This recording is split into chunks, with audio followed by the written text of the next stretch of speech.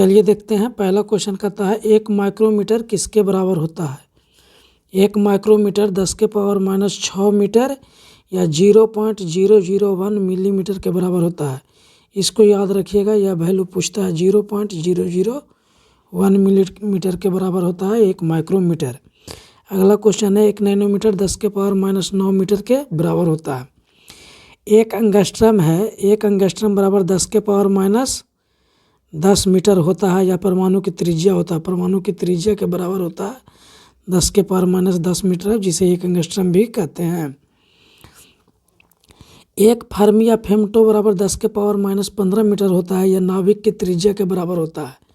नाभिक की त्रिज्या होता है 10⁻15 मीटर। 1 फर्मी या फेमटो भी इसको कहते हैं, नाभिक की त्रिज्या के बराबर होता है।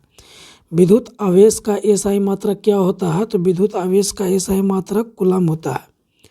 विद्युत आवेश का एसआई मात्रक कूलम होता है, या इसे एम्पियर सेकंड भी कहते हैं। ताप का एसआई मात्रक क्या होता है, केल्विन होता है। ताप का एसआई मात्रक केल्विन होता है। दाब का एसआई मात्रक पास्कल होता है। दाब का एसआई मात्रक पास्कल होता है।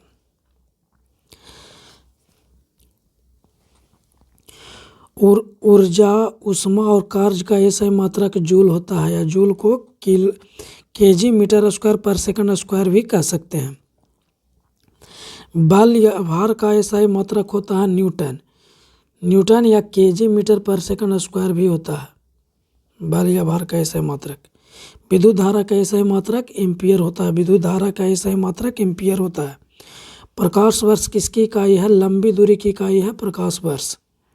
प्रकाश वर्ष लंबी दूरी की इकाई है, वर्ष से कंफ्यूज मत कीजिएगा, यह दूरी की इकाई है। प्रकाश की गति निर्वात में कितनी होती है, 3 × 10⁸ मीटर पर सेकंड होती है प्रकाश की गति। ध्वनि की गति कितनी होती है, 332 मीटर पर सेकंड होती है। ध्वनि निर्वात में गमन नहीं करती है। ध्वनि निर्वात में गमन नहीं करती है। ध्वनि दाब पर निर्भर नहीं करता है। ध्वनि दाब पर निर्भर नहीं करता है। ध्वनि की प्रबलता की इकाई डेसिबल है। ध्वनि की प्रबलता की इकाई डेसिबल है। ओजोन परत की मोटाई नापता है डॉप्सन। ओजोन परत की मोटाई नापता है डॉप्सन। 1 नॉटिकल मील या 1 समुद्री मील कितने किलोमीटर के बराबर होता है, तो 1 समुद्री मील बराबर होता है 1.852 किलोमीटर, या इसी को कह सकते हैं 1852 मीटर। मीटर में इसको 1852 मीटर कहेंगे, और किलोमीटर में 1.852 किलोमीटर कहेंगे। तारों की दूरी को तारों की दूरी किस में मापी जाती है, तो प्रकाश वर्ष से तारों की दूरी मापी जाती है। नौसंचालक में दूरी की इकाई समुद्री मील है। नौसंचालक में दूरी की इकाई समुद्री मील है। शक्ति का एसआई मात्रक वाट होता है। शक्ति का एसआई मात्रक वाट होता है, या जूल पर सेकंड होता है। 1 वाट बराबर 746, 1 HP बराबर 746 वाट होता है, या इसी को कहेंगे 1 वाट बराबर 1/746 HP होगा। अगला क्वेश्चन है बल आघूर्ण का एसआई मात्रक न्यूटन मीटर होता है। बल आघूर्ण का एसआई मात्रक न्यूटन मीटर होता है। अगला क्वेश्चन है गुरुत्वाकर्षण नियतांक का एसआई मात्रक क्या होता है, तो न्यूटन मीटर स्क्वायर पर केजी स्क्वायर होता है गुरुत्वाकर्षण नियतांक का एसआई मात्रक।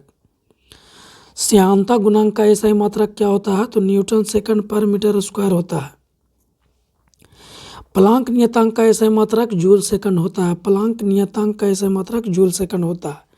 अगला क्वेश्चन है फ्लक्स का एसआई मात्रक वेबर होता है। फ्लक्स का एसआई मात्रक क्या होता है, वेबर होता है। अगला क्वेश्चन है प्रतिरोधकता का एसआई मात्रक क्या होता है, तो ओम मीटर होता है प्रतिरोधकता का एसआई मात्रक। चाल या वेग का एसआई मात्रक मीटर पर सेकंड होता है। चाल या वेग का एसआई मात्रक मीटर पर सेकंड होता है। अगला क्वेश्चन है संवेग या आवेग का एसआई मात्रक केजी मीटर पर सेकंड होता है। संवेग या आवेग का एसआई मात्रक। दूरी और विस्थापन का एसआई मात्रक मीटर होता है। दूरी और विस्थापन का एसआई मात्रक मीटर होता है। पदार्थ की मात्रा की इकाई मोल होता है। पदार्थ की मात्रा की इकाई मोल होता है। ज्योति तीव्रता की इकाई कैंडेला होता है। ज्योति तीव्रता की इकाई कैंडेला होता है। अगला क्वेश्चन है किसी गतिमान पिंड के लिए विस्थापन तथा दूरी का आंशिक अनुपात होता है 1 से छोटा अथवा बराबर होता है। किसी गतिमान पिंड के लिए विस्थापन और दूरी का आंशिक अनुपात 1 से छोटा अथवा बराबर होगा। वेग और समय ग्राफ की प्रवणता से प्राप्त होता है विस्थापन। वेग और समय ग्राफ की प्रवणता से प्राप्त होता है विस्थापन।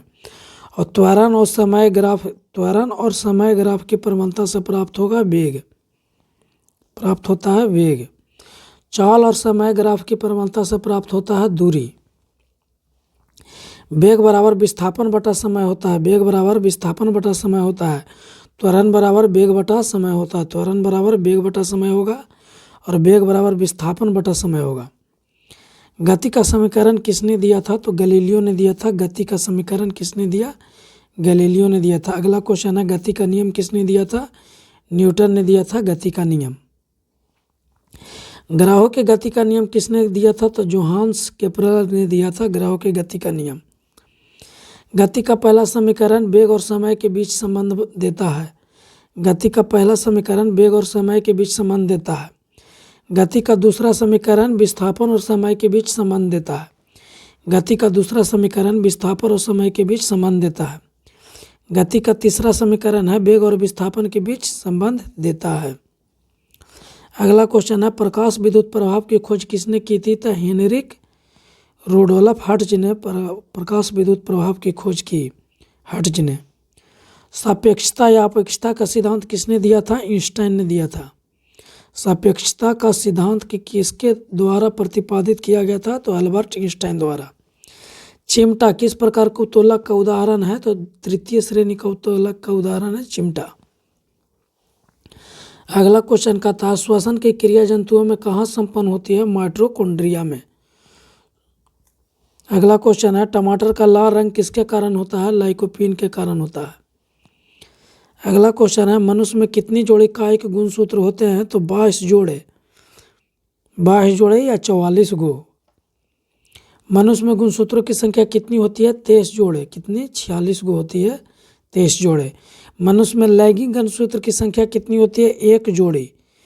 पुरुष में XY और महिला में XX होती है। RNA में DNA से अलग कौन सा नाइट्रोजनी क्षारक होती है? तो DNA में थाइमिन होता है, DNA में थाइमिन होता है और RNA में यूरेसिल होता है। DNA का डबल हेलिक्स मॉडल का जनक कौन है? तो वाटसन और क्रिक। प्राकृतिक रूप से सबसे मीठी कौन है? फ्रैक्टोज। रक्त शर्करा ग्लूकोज है। टेबल शुगर किसे कहते हैं? सुक्रोज को। Milk sugar lactose. Fruit sugar fructose को होती है। सुक्रोज बनी होती है ग्लूकोज प्लस फ्रैक्टोज की। सुक्रोज बनी होती है ग्लूकोज प्लस फ्रैक्टोज की। प्रोटीन की कमी से कौन सा रोग होता है? Kwashiorkor marasmus. प्रोटीन की कमी से कौन सा रोग होता है? क्वाशियोरकर, इसी को मरासमस भी कहते हैं। अगला क्वेश्चन है, शरीर का सबसे कठोरतम पदार्थ कौन सा है? इनेमेल। शरीर का सबसे कठोरतम पदार्थ कौन सा है? इनेमेल। अगला क्वेश्चन है, लार में जीवाणु भक्षण के लिए कौन सा एंजाइम पाया जाता है? लाइसोजाइम। अगला क्वेश्चन है, पेट में कौन सा अम्ल पाया जाता है? हाइड्रोक्लोरिक अम्ल। अगला क्वेश्चन है, बच्चों में दूध का पाचन किस एंजाइम से होता है? रेनिन से। अगला क्वेश्चन है, इंसुलिन हार्मोन का निर्माण कहाँ होता है? अग्नाशय में। इंसुलिन हार्मोन का निर्माण कहाँ होता है? अग्नाशय में। अग्नाशय में भी कहाँ? तो बीटा सेल के अंदर। अगला क्वेश्चन है, इंसुलिन की कमी से कौन सा रोग होता है? मधुमेह। वसा का इमल्सीकरण किससे होता है? पीतरस से होता है वसा का इमल्सीकरण। अगला क्वेश्चन है, सर्वाधिक पाचन कहाँ होता है? छोटी आंत में होता है। छोटी आंत में भी कहाँ? इलियम में होता है। शरीर की रासायनिक प्रयोगशाला है। शरीर की रासायनिक प्रयोगशाला क्या है? यकृत यानी लीवर। अगला क्वेश्चन है, मनुष्य की सबसे बड़ी ग्रंथि कौन सी है? यकृत या लीवर? यकृत को ही लीवर कहते हैं। मानव शरीर की सबसे छोटी ग्रंथि कौन सी है? पीनियल ग्रंथि है। अगला क्वेश्चन है, सबसे बड़ी अंतःस्रावी ग्रंथि कौन है? थायराइड ग्रंथि। अगला क्वेश्चन है, भ्रूण में रक्त का निर्माण कहाँ होता है? यकृत में। रक्त का pH मान कितना होता है? 7.4। प्लाज्मा में जल कितने प्रतिशत होता है? 90% होता है प्लाज्मा में जल। अगला क्वेश्चन है, मलेरिया रोग में क्या प्रभावित होता है? आरबीसी। अगला क्वेश्चन है, डब्ल्यूबीसी की संख्या में अत्यधिक वृद्धि से कौन सा रोग होता है? ल्यूकेमिया, जिसे ब्लड कैंसर भी कहते हैं। डेंगू रोग में क्या प्रभावित होता है? बिम्बाणु या प्लेटलेट्स डेंगू रोग में प्रभावित होता है। सर्वग्राही रक्त समूह ए बी और सर्वदाता रक्त समूह ओ नेगेटिव है। सर्वग्राही रक्त समूह ए बी पॉजिटिव और सर्वदाता रक्त समूह ओ नेगेटिव है। अगला क्वेश्चन है, जीवाणु की खोज करने वाला कौन थे? Leeuwenhoek. अगला क्वेश्चन है, नाइट्रोजन स्थिरीकरण के लिए किस जीवाणु का उपयोग किया जाता है? राइजोबियम का। अगला क्वेश्चन है, पादप और जंतुओं के मध्य योजक कड़ी क्या है? यूग्लिना। पादप और जंतुओं के मध्य योजक कड़ी क्या होती है? यूग्लिना। अगला क्वेश्चन है, स्पोंजिला किस फाइलम से संबंधित है? पेरिफेरा फाइलम से।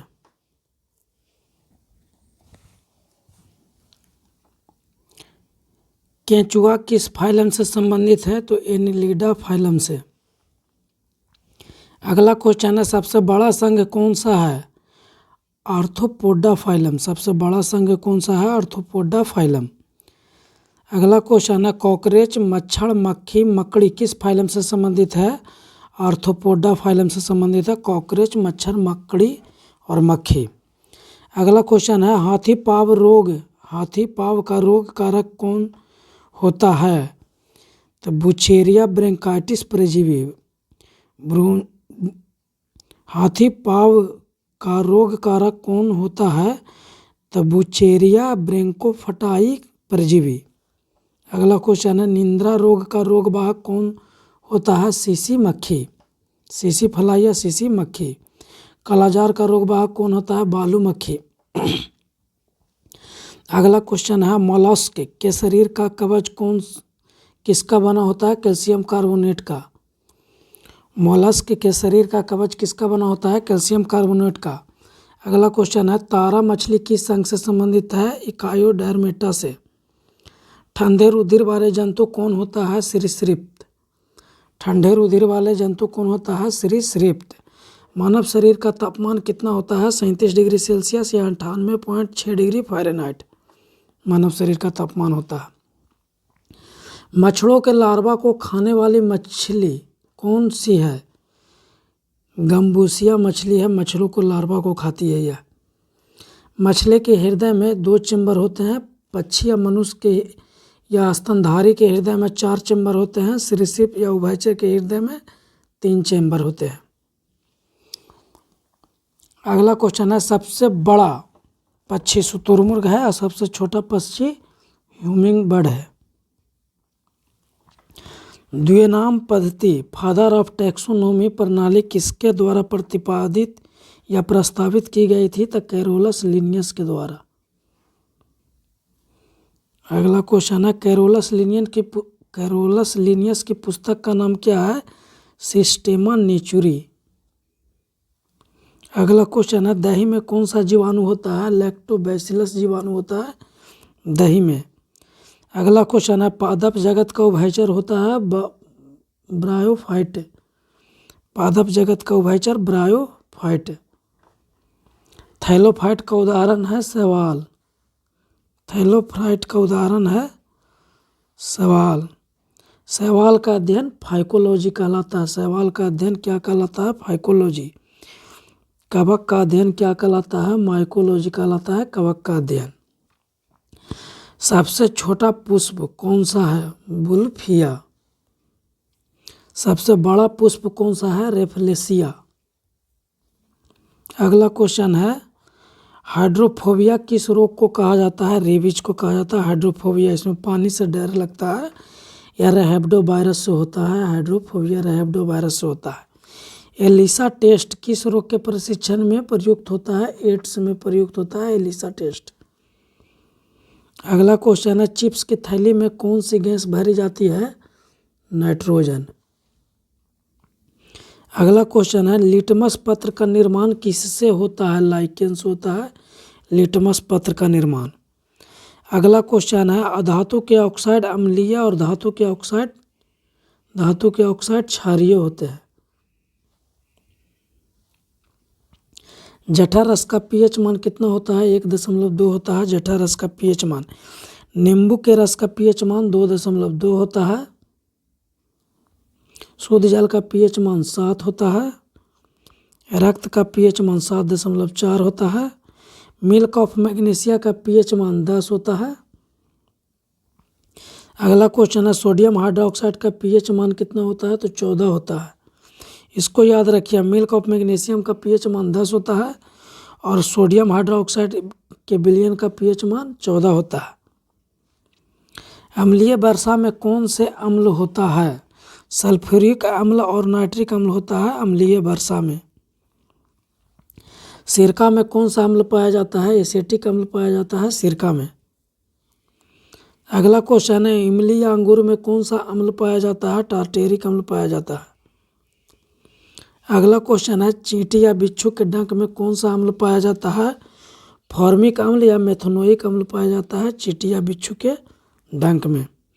नींबू या संतरा में कौन सा अम्ल पाया जाता है? साइट्रिक अम्ल पाया जाता है नींबू और संतरा में। टमाटर में कौन सा अम्ल पाया जाता है? ऑक्जेलिक अम्ल पाया जाता है टमाटर में। नीला थोथा का सूत्र क्या है? CuSO4 5H2O। सबसे अधिक अधात वर्णीयता धातु है सोना और चांदी। एनोडीकरण किसके संरक्षण को रोकती है? एनोडीकरण किसके संक्षारण को रोकती है? एनोडीकरण किसके संक्षारण को रोकती है? एल्यूमिनियम के। एक्वारेजिया में हाइड्रोक्लोरिक अम्ल और नाइट्रिक अम्ल का अनुपात है 3:1। अगला क्वेश्चन है आयरन ऑक्साइड और एल्युमिनियम की अभिक्रिया का उपयोग रेल की पटरियों को जोड़ने के लिए किया जाता है। यह अभिक्रिया क्या कहलाता है? थर्मिट अभिक्रिया कहलाता है। इसको याद रखिएगा, ये बहुत बार पूछा गया क्वेश्चन है। आयरन ऑक्साइड और एल्युमिनियम की अभिक्रिया का उपयोग रेल की पटरियों को जोड़ने के लिए किया जाता है। यह अभिक्रिया क्या कहलाता है? थर्मिट अभिक्रिया कहलाता है। लोहे पर जंग लगने से रोकने के लिए किसका लेपन किया जाता है? जिंक का लेपन किया जाता है। कार्बन के सबसे बाहरी कोष में कितने इलेक्ट्रॉन होते हैं? 4। प्रयोगशाला में निर्मित पहला कार्बनिक यौगिक कौन सी है? यूरिया। अगला क्वेश्चन है बेंजीन का सूत्र क्या है? C6H6 होता है बेंजीन का सूत्र। जहरीली अल्कोहल कौन होती है? मेथनॉल। बल और विस्थापन के गुणनफल को क्या कहते हैं? कार्य कहते हैं बल और विस्थापन के गुणनफल को।